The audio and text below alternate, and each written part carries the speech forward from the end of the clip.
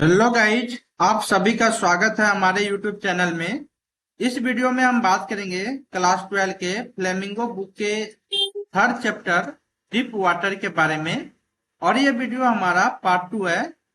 Part 1 में हमने आपको बताए थे लास्ट टाइम कि जब लेखक पानी के नीचे जा रहे थे तो उनका यानी कि जब वो पानी के ऊपर आ गए थे तो उनके मन से डर निकल गए थे। उनके मन में जो भय था वो भय भी निकल गए थे। और there was no more panic, और कोई ज्यादा घबराहट नहीं थी। तो उसके आगे से हम समझते हैं कि उसके आगे से फिर क्या होता है कि वो जैसे ही पानी से थोड़ा सा ऊपर आते हैं तो मन में सोचने लगते हैं। It was quiet and peaceful, कि ये तो बिल्कुल ही शांत और अच्छा चीजें थे, मतलब ऐसा उनके साथ होना था। Nothing to be afraid of, अब उन्हें डरने की कोई बात नहीं थी। This is nice to be drowse drowsy to go to sleep, और वो मन ही मन सोच रहे थे कि ये तो बहुत ही अच्छा हुआ कि अब उसे सो जाना चाहिए। नो नीड टू जंप, अब उसे कूदने कूदने की कोई जरूरत नहीं है। टू टायर टू जंप, क्योंकि वो इतना थक गए थे कि अब वो कूद ही नहीं सकते थे। It's nice to be carried gently, तो वही मन में सोच रहे थे कि उनके लिए जो है अच्छा है कि अब उसे वहां से कहीं जाना नहीं पड़ेंगे। To float along in space, tender arms around me, और वो उसे मन में ऐसा लग रहा था कि मानो उनके चारों ओर से या उनके बगल में बैठे उनकी माँ अपनी बाहों में उसे रख रहे हो। टेंडर आर्म्स लाइक मदर्स, और माँ का हाथ माँ की बाहों में है, अर्थात इसकी सर उनके बाहों में है। No I must go to sleep, और मन ही मन ये सोच रहे थे कि अब इसे जो है अवश्य ही सो जाना चाहिए। आई क्रॉस टू ऑब्लिवियन, और उसके बाद वो धीरे धीरे सारी बातें भूल गए थे कि हम पानी में हैं। And the curtain of life fail, और जो उनके मन में पर्दे थे वो पर्दे भी जीवन का वो भी गिर गए थे, अर्थात जो कुछ भी मन में पहले से सोच था सारा सोच उसका गिर गए थे। द नेक्स्ट, और उसके बाद थोड़ी देर बाद जो है, यानी कि ये सारी बातें सोचने के बाद आई रिमेम्बर, कि मैंने याद कि मुझे याद आता है कि I was laying on my stomach beside the pool vomiting, कि मैं तो उस टाइम बगल में पूल के बगल में लेटे हुए थे और मैं वोमिटिंग कर रहा था। तो यहां से यहां तक का जो इम्पोर्टेंट वर्ड मीनिंग है वो है ड्रॉसी, मतलब सुस्त। टेंडर आर्म्स मिस कोमल भुजाएं। ऑब्लिवियन मिस भूल जाना। तो इसके अगला स्लाइड देखते हैं। तो नेक्स्ट स्लाइड में हमारा कि द चैप, कि वह लड़का that through me in watching, यानी कि ये सारी बातें वही लड़का बता रहे थे जिन्होंने कि उन्हें पानी में फेंके हुए थे।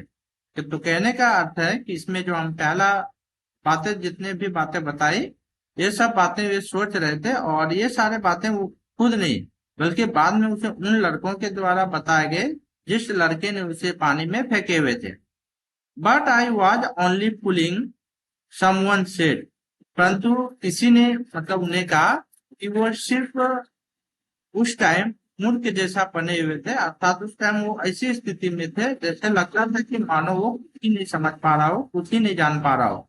द किड नियरली डाइड, और वो बच्चे बिल्कुल ही नजदीकी में डैड जैसा पड़े हुए थे। बी ऑल राइट नाउ, और सब कुछ उस टाइम ठीक ठाक था। Let's carry him to the locker room, तो उसके बाद मतलब उन लड़कों के द्वारा बताया गया कि जब वो पूल के किनारे लेटे हुए थे तब उन्हें वहां से उठाकर उनके लॉकर मतलब अपने लॉकर रूम में ले गए। सेवरल आवर्स लेटर, और कई घंटों बाद आई वॉल्क होम, वो अपने घर गए। तो कहने का अर्थ है यहाँ पर कि लेखक के साथ पानी में क्या क्या घटना घटित हुई उनको तो उतना कुछ पता नहीं था, लेकिन उनके साथ में वो लड़के जिन्होंने कि उसको पानी में फेंके हुए थे तो उन्होंने ही ये सारी बातें एक एक करके बताई थी। और लास्ट टाइम ये बताते कि वो जो है पुल के बगल में मतलब पड़े हुए थे, तो उन्हें अपने लॉकर रूम में ले गए और कई घंटे बाद वो अपने घर तक पहुंचे। I was weak and travelling, तो उस टाइम तक लेखक काफी कमजोर हो गए थे और काफी थरथरा रहे थे। आई शूक एंड कैरिन, ठीक है, कि मैं हिल गया था, एंड कैरिड, ठीक है, और उसे उठाकर ले गए। व्हेन आई ले ऑन माई बेड, जब मैं बेड पर पड़ा हुआ था। I couldn't eat that night, तो जिस दिन वो वहां से अर्थात उस पुल से उठाकर जब उसे घर ले गए, अर्थात जिस दिन जो है वो पुल से अपने घर पर गए, तो उस रात जो उन्होंने डर से खाना नहीं खाए। 4 days A hunting fear was in my heart, कई दिनों तक उनके मन में वही डर बैठे रहे। द स्लाइटेस्ट एक्सेप्शन अपसेट मी, और वो जो थोड़ा सा जो परिश्रम था, तो उन थोड़े से परिश्रम ने उनको दुखी कर दिए थे। Making me wobbly in the knees and sick to my stomach, और ऐसा मतलब making me wobbly in the knees and sick to my stomach, और उस टाइम भी जो है उसे अपने पेट पर थोड़ा सा गड़बड़ी बुझा रहे थे, और वो अपने घुटनों पर उसे कुछ चोट लगे हुए थे, तो वो भी चोट लगते हुए उसको दिखाई दे रहे थे। तो नेक्स्ट हम लोग आगे बढ़ेंगे, तो आगे बढ़ने से पहले बता दूं कि इनमें से यहां तक का जो इम्पोर्टेंट वर्ड मीनिंग है वो है स्लाइटेस्ट एक्सेप्शन, मतलब थोड़ा सा भी परिश्रम। नेक्स्ट है वुबली, मतलब होता है कोई भी चीज देखते हुए जारी रखना। तो नेक्स्ट आगे हम लोग चलते हैं। तो नेक्स्ट क्या होता है, तो लेखक कहते हैं कि I never went back to the pool, तो उनके बाद से जो है लेखक कभी भी पूल पर नहीं गए। आई फियर्ड वाटर, कि मैं पानी से डर गया था। I avoided it whenever I could, जब कभी भी वो कहीं पर जाते तो वो पानी में जाने से बचते। ए फ्यू ईयर्स लेटर, तो कुछ साल बाद, when I came to know the water of the cascade, कि जब मैं कैस्केड का पानी जानने के लिए आए, तो I wanted to get into them, तो मैं उन कैस्केड के पानी में जाना चाहते थे। जैसे कि आप यहाँ तस्वीर में देख रहे हैं कि ये कैस्केड जो है एक प्रकार का झील है, और एक समुद्र टाइप का है, जहां पर कि लेखक एक बार आए थे देखने के लिए। तो जब यहाँ के पानी को उन्होंने देखा तो वो एक बार उस पानी में जाना चाहते थे। And when ever I did, और जब मैं गया, तो whether I was wedding the Titan, तो वहां पर देखा कि काफी ढाल था, यानी कि जब वो उस समुद्र तक पहुंचे, कैस्केड तक, यानी कि कैस्केड झील या समुद्र तक पहुंचे, तो वहां पर देखा कि वो काफी ढालनुमा है, जैसा कि आप तस्वीर में यहाँ पर देख सकते हैं। और बम्पिंग रिवर और bathing in warm lake of the got rocks, और वहां पर देखा कि ये जो है पहाड़ी नुमा लेक है, यानी कि पहाड़ से भी पानी गिरता है और नीचे भी पूरा पानी अथवा पानी मतलब उसमें बह रहा है। और उसके बाद साथ में उन्होंने देखा कि बम्पिंग रिवर और बाथिंग इन वार्म, पानी जो है उस पानी पूरा बम्पिंग कर रहे हैं, अर्थात पानी भी उछाल मार रहे हैं। तो जैसे ही इन सब चीजों को उन्होंने देखे, तो the terror that had seized me in the pool, तो वो भय that had seized me in the pool, तो उस भय ने उसे पूल में जकड़ लिए थे। वुड कम बैक, और वो that me in the pool would come back, और वो भय वो पूरा फिर से जकड़ आए थे।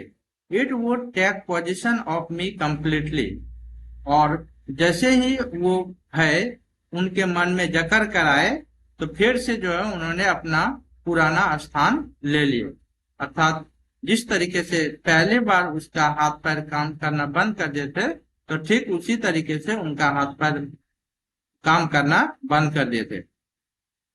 My legs would become paralyse, और उस टाइम फिर से जो है उनका शरीर पैरालाइज हो गए थे, अर्थात जैसे लकवा के शिकायत आते हैं, अर्थात हाथ पैर काम करना बंद कर देते हैं, तो ठीक उसी तरीके से उसका हाथ पैर काम करना बंद कर देते। IC horror would grab my heart, अर्थात जो आईसी हॉरर थे, जिस तरीके से कोई चीज जम जाते हैं बर्फ के कारण, तो ठीक उसी तरीके का डर या भय उनके मन में जम गए थे। तो यहाँ से यहाँ तक का जो इम्पोर्टेंट वर्ड मीनिंग है वो है वेडिंग मिस ढाल, बम्पिंग मिस में कूदना अर्थात किसी भी चीज में कूदना। तो नेक्स्ट हम लोग आगे चलते हैं। तो फिर आगे क्या होता है, तो आगे है कि this handicap state with me, कि वो जो हैंडीकैप आए अर्थात उनका जो शरीर काम करना बंद कर दिए, तो ये कुछ देर तक काम करना बंद कर दिए as the years rolled by. और उसके बाद फिर क्या हुआ कि जैसे जैसे समय बीतते गए, in canoes on Maine lakes fishing for landlocked salmon. तो एक और झील थे जिसका नाम था मैने लैक्स, जहां पर कि लोग आकर मछली मारते थे। जैसा कि आप तस्वीर में देख सकते हैं, ये मैने लैक्स का तस्वीर है जहां पर कि कई लोग विजिट करते थे। तो वहां पे लोग मछलियां मारते थे और लोग यानी कि पानी में जब जाते थे मछलियां मारने के लिए तो वो नौका भी प्रयोग करते थे। तो बास फिशिंग इन न्यू हेम्पशायर, तो ये झील जो है न्यू हेम्पशायर में पाए जाते हैं जो कि मछली मारने के लिए काफी प्रसिद्ध है। Trout fishing on the Deschutes and Metolius in Oregon. और उसके बाद फिर देखता है कि वहां पर जो मछलियां जो है, तो मछलियां जो है कई क्वालिटी में मछलियां हैं। और fishing for salmon on the Columbia, तो ठीक इसी तरीके का एक और झील है जो कि कोलंबिया में पाए जाते हैं। तो वहां भी जो है इसी तरीके का मछलियां मारे जाते हैं। At Bumping Lake in the Cascade, और ये वही कैस्केड का एक बम्पिंग लैंग है, यानी कि बीच में जो है पानी भी इसमें उछाल मारते हैं। वेन एवर आई वेंट, तो जब कभी भी लेखक वहां पर जाते थे, तो the hunting fear of the water followed me, तो उनके पीछे पीछे वही पानी का डर फिर से वापस आ जाते थे। It ruined my fishing trips, जिससे कि उनके मन के चाहत को बर्बाद कर देते थे। अर्थात लेखक के मन में ये चाहत आते थे कि वो भी वहां पर जाकर मछली मारे। Deprived me of the joy of canoeing, तो उसके बाद फिर क्या होता था कि deprived me of the joy of canoeing, कि उनके मन में जिस चीज का आनंद लेने का मन करता था उससे वो वंचित हो जाते थे। जिस तरीके का कि जैसे बोटिंग करना, स्विमिंग करना अर्थात नाव चलाना या फिर उसमें तैरना, तो ये सब आनंद से जो है वो वंचित रह जाते थे। तो यहाँ से यहाँ तक का जो हमारा इम्पोर्टेंट वर्ड मीनिंग है वो है हैंडीकैप। हैंडीकैप मतलब होता है अपंगता। दूसरा है डेप्राइव्ड, मतलब होता है वंचित होना। नेक्स्ट हम आगे बढ़ते हैं। तो आगे है I used every way I knew to overcome this fear, तो लेखक ने उस समय से बहुत प्रयास किए अपने डर को बाहर निकालने के लिए। अर्थात I use to very way, कि मैंने कई तरीकों का प्रयोग किया। I knew to overcome this fear, यानी कि इस फियर को बाहर निकालने के लिए जितना कि लेखक को तरीका आता था उतना तरीकों का लेखक ने प्रयास किए। But it held my firmly in its grip, परंतु इसने इसे बहुत ही जकड़कर अर्थात दृढ़ता से जकड़कर रखे हुए थे। फाइनली अंत में 1 अक्टूबर की 1 अक्टूबर को I decided to get an instructor, कि लेखक ने एक इंस्ट्रक्टर लेने का निर्णय लिया अर्थात एक तैराकी सिखाने वालों को रखने का निर्णय लिया। एंड लर्न टू स्विम, और उसी की सहायता से सीखने का निर्णय लिया, तैरने के लिए सीखने का निर्णय लिया। I went to a pool, और तब से जो है वो एक पुल पर गए। And practice 5 days a week, और एक हफ्ते में 5 हफ्ते तक रियाज किए। एन आवर ईच डे, प्रत्येक दिन 1 घंटे तक। The instructor put A belt around me, तो जो उन्होंने इंस्ट्रक्टर रखे हुए थे सिखाने वाले, तो उसने क्या करते थे कि उस इंस्ट्रक्टर ने उनके चारों तरफ एक बेल्ट लपेट देते थे। जैसे कि आप यहाँ पे तस्वीर देख सकते हैं।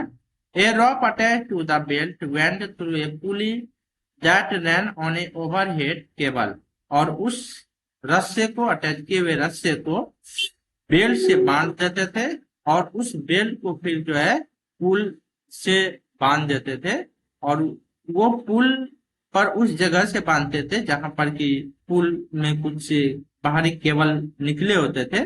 जैसे कि आप यहाँ पे तस्वीर में देख सकते हैं कि इसके चारों तरफ एक बेल्ट बांध दिए हुए हैं, और इस बेल्ट में एक रस्सी फंसा देते थे और डायरेक्ट जो है इसे यहाँ से लेकर यहाँ तक जो है आता था, और एक रस्सा से जो है पुल के केबल में बांध देते थे। उसके बाद फिर क्या होता है, he held on to the end of the rope, और जो इंस्ट्रक्टर थे वो रस्से के अंतिम छोर को पकड़ लेते थे। And we went back and forth, और फिर लेखक आगे और पीछे करके तैरते थे।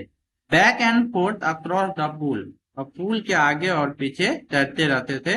आवर आफ्टर आवर, यानी कि घंटों के बाद घंटे, अर्थात कई घंटे तक। डे आफ्टर डे, दिन के बाद दिन, अर्थात कई दिनों तक।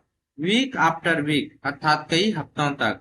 इम्पोर्टेंट वर्ड मीनिंग, तो यहाँ से यहाँ तक का जो हमारा इम्पोर्टेंट वर्ड मीनिंग है तो वो है सिर्फ मात्र ओवरहेड। ओवरहेड मीन्स होता है ऊपरी। नेक्स्ट हम आगे बढ़ते हैं, तो आगे क्या होता है कि on each trip across the pool a bit of the panic seized me. तो लेखक का कहना है कि प्रत्येक ट्रिप में, अर्थात जितना बार वो तैरते थे उस पुल के क्रॉस होते थे, अर्थात पुल के आर पार होते थे, तो थोड़ा सा जो है भय उनके मन में जकर आते थे। Each time the instructor relaxed, लेकिन प्रत्येक टाइम जो उनके इंस्ट्रक्टर थे वो हमेशा उसको रिलैक्स्ड रहने के लिए करते थे। हिज होल्ड ऑन द रॉप, क्योंकि वो उसको बोलते थे कि वो उनके रस्से को पकड़ कर रखे हुए हैं, उसे कुछ नहीं होने वाला है, इसलिए जो है उसे रिलैक्स में रखते थे। एंड आई वेंट अंदर, तो उसके बाद लेखक पानी के अंदर जाते थे। Some of the old terror return, फिर भी जो है कुछ ओल्ड टेरर अर्थात पुराना भय वापस आ जाते थे। एंड माई लेग्स फ्रॉज, और उसके पैर, लेग्स जो है पैर जो है वो फ्रॉज हो जाते थे, अर्थात काम नहीं करने लगते थे। It was 3 months before the tension began to slack, क्योंकि ऐसा ठीक 3 महीने पहले हुए थे जब वो टेंशन, अर्थात जब वो एक झील में गए थे, तो वहीं से जो है उनका मन में ढीलापन महसूस हुए थे। Then he taught me to put my face under water and exhale, उसके बाद जो उनके इंस्ट्रक्टर थे, जब उन्हें लगा कि उनके मन में अभी भी कुछ भय आते हैं, तब उन्होंने उसे अपने फेस को पानी के नीचे रखने के लिए बताए, पानी के अंदर ही जो है श्वास लेने के लिए बताए, श्वास को छोड़ने के लिए बताए। And to raise my nose and inhale, और पानी के अंदर अपने नाकों को रखकर कैसे श्वास ले आते हैं, इन चीजों को भी बताए। I repeated the exercise 100 of times, तो इंस्ट्रक्टर के द्वारा बताए गए इस अभ्यास को लेखक ने कई टाइम्स तक, अर्थात 100 टाइम्स से भी अबव तक उन्होंने प्रयास किए। बिट बाय बिट, थोड़ा थोड़ा करके। I said part of the panic, कि इन्होंने अपने मन में जो दुख था अर्थात भय था, इस भय को दूर किए। दैट सीज्ड मी, अर्थात जिस भय ने उसे जकड़ कर रखे हुए थे। When my head went under water, जब ये अपने सर को पानी के अंदर करते थे, तो next he held me at the side of the pool, तो जस्ट बाद ही जो है उनके मन में वो सिर ने, अर्थात वो जो भय जो आते थे उनको तुरंत ही घेर लेते थे। And had me kick with my legs, और फिर क्या करते थे कि अपने पैरों के साथ फिर वो किक मारते थे। 4 weeks I did just that, तो 1 हफ्तों के लिए उन्होंने ऐसा ही किए। At first my legs refuse to work, और सबसे पहली बार ऐसा हुआ कि उनके पैरों ने काम करने के लिए मना कर दिया, अर्थात शुरू में ही उनके पैरों ने काम करने के लिए मना कर दिए थे, ऐसा शुरू में ही हुआ था। इसमें से जो इम्पोर्टेंट वर्ड मीनिंग है वो है स्लैक मीन्स ढीला, बीट बाय बीट मीन्स थोड़ा थोड़ा या फिर तिल तिल, shed part of the panic अर्थात घबराहट का कुछ हिस्सा दूर होना। तो ये था यहाँ से यहाँ तक का इम्पोर्टेंट वर्ड मीनिंग। उसके बाद स्टोरी में आगे क्या होता है वो हम समझते हैं। नेक्स्ट है बट, परंतु, दे ग्रेजुअली रिलैक्स कि धीरे धीरे इन सब चीजों से उसे राहत मिले, and finally I could command them, और अंत में जो है उन पर उन्होंने कमांड डाल सके। दस इस प्रकार पीस बाय पीस थोड़ा थोड़ा करके ही बिल्ट ए स्विमर, वो एक स्विमर बन गए अर्थात वह एक तैराक बन गए। And when he had perfected each piece, और जब उसने प्रत्येक प्रयास पर अपना पूर्ण निर्णय ले लिया अर्थात प्रत्येक प्रयास पर उसे पूर्ण विश्वास हो गया, तो he put them together into an integrated whole, तो उसने he put them together into an integrated whole, तो उन्होंने पूरा प्रयास को एक साथ इकट्ठा किए। और इन अप्रैल, और अप्रैल मंथ में ही सेड, उसने कहा कि नाउ यू कैन स्विम, कि आप तैर सकते हो, डाइव ऑफ, गोता लगा सकते हो, and swim the length of the pool, और पूल के लंबाई पर अर्थात यहाँ से वहां तक पूरा तैर सकते हो। क्रॉल स्ट्रोक, अर्थात तब से जो है उन्होंने घुटनों के बल तैरना शुरू किए, जो पैर का जो घुटना होता है उनके बल तैरना शुरू किए। आई डिड, और उन्होंने ऐसा ही किया। द इंस्ट्रक्टर वाज फिनिश्ड, और तब जो है इंस्ट्रक्टर ने अपना काम पूरा कर दिया। तो जैसे कि आप यहाँ पे तस्वीर में देख सकते हैं कि यहाँ पे अलग अलग तरीकों से जो है उन्होंने तैरने के लिए सीखे। कभी गोता मारकर सीखे, तो कभी तैरते हुए सीखे, और कभी अलग अलग तरीकों से सीखे। तो यहाँ से यहाँ तक का जो इम्पोर्टेंट वर्ड मीनिंग है वो है इंटीग्रेटेड मतलब एकीकृत, स्ट्रोक मीन्स होता है आघात, क्रॉल मतलब होता है घुटनों के बल चलना। तो यहाँ से यहाँ तक हो गया इसका इम्पोर्टेंट वर्ड मीनिंग।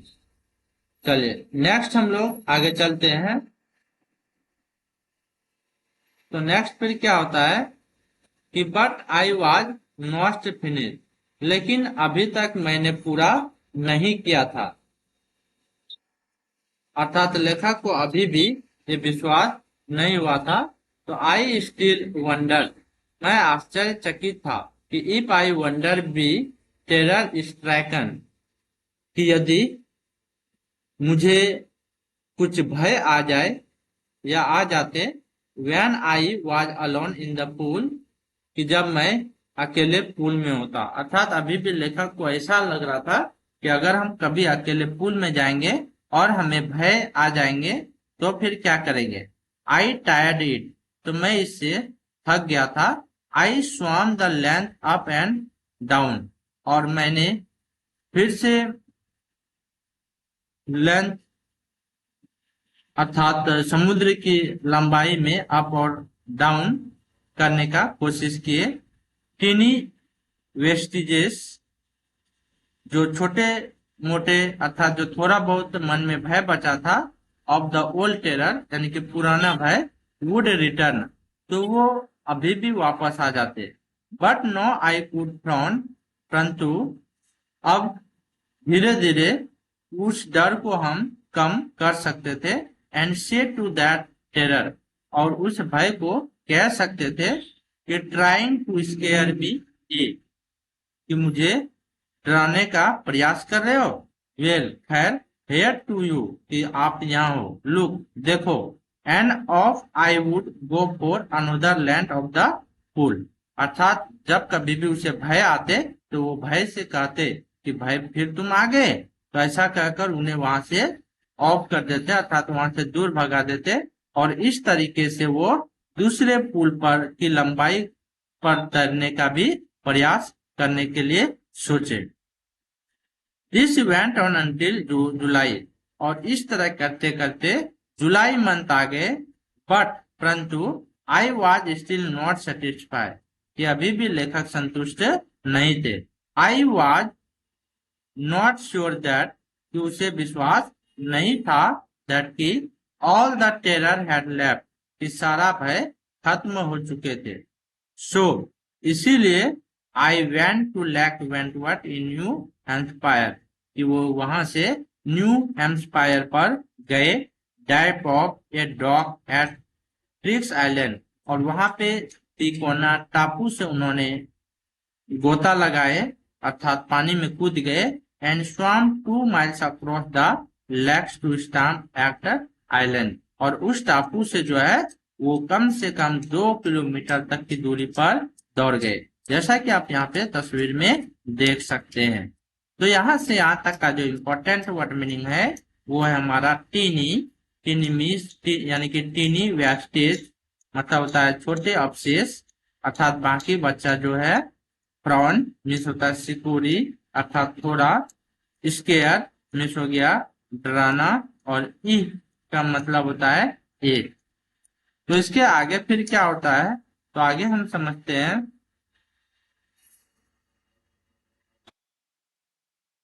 आगे I swam the crawl, breaststroke, sidestroke and backstroke. तो वहां पर जो है वो अलग अलग तरीकों से तैरे, जैसे कि कभी छाती के बल पर तैरे, कभी साइड से होते हुए तैरे, कभी पीठ के बल पर तैरे। Only once did the terror return, और ऐसा करने पर मात्र उसे एक बार भय आए। When I was in the middle of the lake, जब वो झील के बीचों बीच में थे। आई पुट माई फेस अंदर, मैंने अपने चेहरों को अंदर में रखे। एंड सो नथिंग, और मैंने कुछ नहीं देखा, बट बटमलेस वाटर, सिर्फ निचला तल का पानी देखा। उसके बाद कहता है कि the old tension return in mentor, तो तभी जो एक छोटा सा सनसनी उनके मन में आ गए। आई लाफ, लेकिन उस समय लेखक डरे नहीं बल्कि हंसे। एंड सेड, और कहा कि वेल मिस्टर टेरर, कि बहुत अच्छा mister terror. What do you think, कि आप क्या सोचते हो कि you can do to me, कि तुम मुझे डरा सकते हो। इट प्लेड, और ऐसा बोलकर जो है उन्होंने उसे भगा दिए, अर्थात जो मन में भय थे उन भय को डर कर दे। एंड आई स्वम ऑन, और उसके बाद लेखक तैरते रहे। येट, तो कहता है कि फिर भी आई हैड रेसिडुअल डाउट्स, कि उनके मन में अभी भी थोड़ा थोड़ा डाउट्स थे, आशंका थे, संदेह थे। एट माई फर्स्ट अपॉर्चुनिटी, कि सबसे पहली अपॉर्चुनिटी पर, सबसे पहले अवसर पर।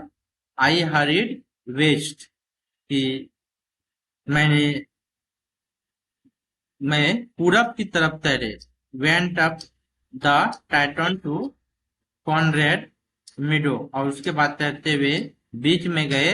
Up the Conrad Creek trail to Meade glacier, और फिर जो है कोनार्ड क्रीक से तैरते हुए मिड ग्लेशियर तक गए, अर्थात ये सब झील के स्थल का नाम है, कि एक स्थल से दूसरे स्थल तक पहुंचना। तो ये सब कुछ नाउन वर्ड आए हुए हैं यहाँ पे। एंड, और camped in the high meadow by the side of the warm lake, और फिर उस लेक से होते हुए वो फिर तैरते हुए बहुत ही बीच तक पहुंच गए। तो यहाँ से यहाँ तक का जो इम्पोर्टेंट वर्ड मीनिंग है वो है सेंसेशन मिस सनसनी, मिनिएचर मिस लघु, फ्लेड मिस भाग जाना, कैंपेड मिस डेरा डालना। तो चलिए नेक्स्ट स्टोरी को आगे बढ़ाते हैं। तो आगे उसके बाद क्या होता है कि द नेक्स्ट मॉर्निंग, कितना चीज करने के बाद जैसे ही अगली सुबह हुआ तो आई स्ट्राइप, तो लेखक ने अपने कपड़े खोले। डाइव इनटू द लेक, और झील में गोता लगाए। And swam across to the other shore and back, और फिर दूसरे समुद्र में भी। And swam across to the other shore and back, और फिर दूसरे समुद्र में भी एक एक स्थल से शुरुआत किए और दूसरे स्थल तक दौड़े, अर्थात किनारे पर उन्होंने डुबकी लगाए और तैरते हुए दूसरे किनारे तक पहुंच गए। Just as Doug Corpron use to do, यानी कि वो उस तरीके से तैरे जिस तरीके से डॉग कॉर्पोरॉन तैरा करते थे। यानी कि यहाँ पे डॉग कॉर्पोरॉन किसी व्यक्ति का नाम है। आई शॉटेड विद जॉय, तो जब उस टाइम वो डॉग कॉर्पोरॉन की तरह तैर गए तो वो खुशी से चिल्ला उठे। And Gilbert Peak return the echo, और उसी टाइम जो गिलबर्ट पिग थे वो थोड़ा सा उनके मन में खुशी का गुण वापस आ गए। I had conquered my fear of water, और वो खुशी का जो गुण वापस आ गए, यानी कि गिलबर्ट पिग का जो गूंज अर्थात उनकी आवाज जो वापस आ गए, तब इन्होंने समझ ले कि I had conquered my fear of water, कि मैं जो है पानी के भय से जीत गए थे। The experience had a deep meaning, और ये पानी के भय से जीत जाना, ये अनुभव काफी गहरा मीनिंग रखते थे फॉर मी, लेखक के लिए। एज ओनली दोज, ठीक है, सिर्फ उनके लिए, who have known star error, कि जिनके मन में थोड़ा सा आतंकी भय से, and conquer it can appreciate, और इनसे वो जीत गए थे। नेक्स्ट लास्ट पॉइंट है, in death there is peace,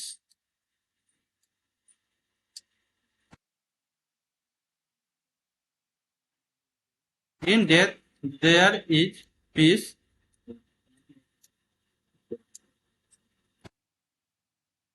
in death there is peace, तो उस टाइम अब मरने से देयर इज पीस, उनके मन में शांति है। There is terror only in the fear of death, क्योंकि उनके मन में शुरू में सिर्फ एक ही डर था, और वो डर था मरने का। एज रूसवेल्ट न्यू, कि रूसवेल्ट नाम के एक व्यक्ति थे, सिर्फ वही जानते थे कि व्हेन ही सेड, कि जब उसने कहा कि all we have to fear is fear itself, कि जितना सारा डर आते हैं वो डर खुद से आते हैं। बिकॉज, क्योंकि I had experience both the sensation of dying, क्योंकि उनके पास मरने का जो डर आया था, तो आई हैड एक्सपीरियंस बोथ, तो मेरे पास दोनों का एक्सपीरियंस था, दोनों का अनुभव था। एंड, और the terror that fear of it, कि जो डर था, जो भय था, that fear of it can produce, कि वो ये प्रोड्यूस कर सकते थे। They will to life somehow grew in incentive, तो किसी तरीके से, अर्थात गहनता से, किसी तरीके से, they will to live somehow, किसी तरीके से वो इन डर से रह पाए। एट लास्ट, और अंत में, आई फेल्ट रियलाइज, कि मैंने एहसास किया कि free to walk the trails and climb the peaks and to the bruise aside pier, अर्थात पंक्तियों पर चलने और चोटियों पर चढ़ने तथा भय को दूर भगाने के लिए वो स्वतंत्र हो गए। तो यहीं से हमारा वीडियो एंड हो जाता है। Thank you for watching my video. यदि ये वीडियो पसंद आए हो तो प्लीज लाइक एंड सब्सक्राइब। धन्यवाद।